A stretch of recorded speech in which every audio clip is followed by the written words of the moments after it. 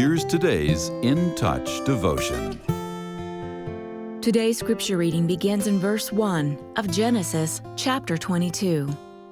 Now it came about after these things that God tested Abraham and said to him, "Abraham."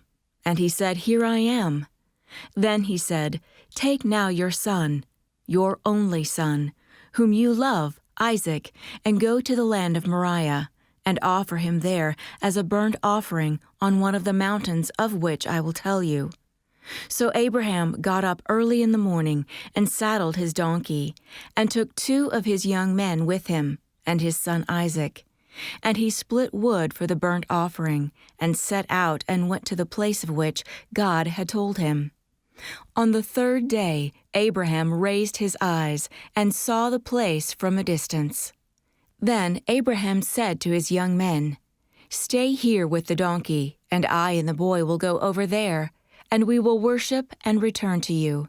And Abraham took the wood for the burnt offering and laid it on his son Isaac, and he took in his hand the fire and the knife.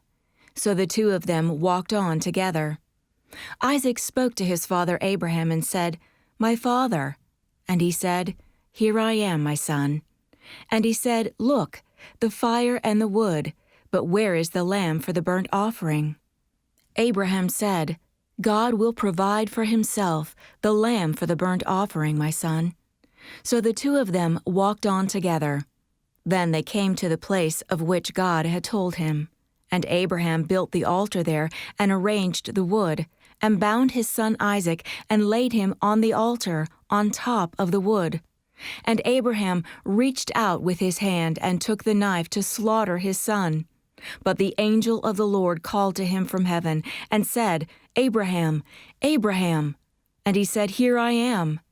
He said, "Do not reach out your hand against the boy, and do not do anything to him. For now I know that you fear God, since you have not withheld your son, your only son, from me." Then Abraham raised his eyes and looked, and behold, behind him was a ram caught in the thicket by its horns. And Abraham went and took the ram, and offered it up as a burnt offering in the place of his son. And Abraham named that place, "The Lord will provide," as it is said to this day. On the mountain of the Lord it will be provided. Then the angel of the Lord called to Abraham a second time from heaven, and said, "By myself I have sworn, declares the Lord, because you have done this thing, and have not withheld your son, your only son. Indeed, I will greatly bless you, and I will greatly multiply your seed, as the stars of the heavens, and as the sand which is on the seashore. And your seed shall possess the gate of their enemies. And in your seed all the nations of the earth shall be blessed, because you have obeyed my voice." Abraham began walking with the Lord many years before he was asked to offer Isaac on the altar. His first step had been to leave his home and relatives and travel to the land that God would show him. But now he was being told to give up Isaac, who was the son of promise. Through Isaac, the Lord had promised to bring forth a great nation and bless the entire world. Abraham's obedience in this crucial test was based on his faith in God. He believed that the Lord would keep his promise to give him descendants through Isaac, even if it required raising the boy from the dead. That's why Abraham confidently declared to his servants that he and his son would return to them after worshiping. He knew the Lord was faithful.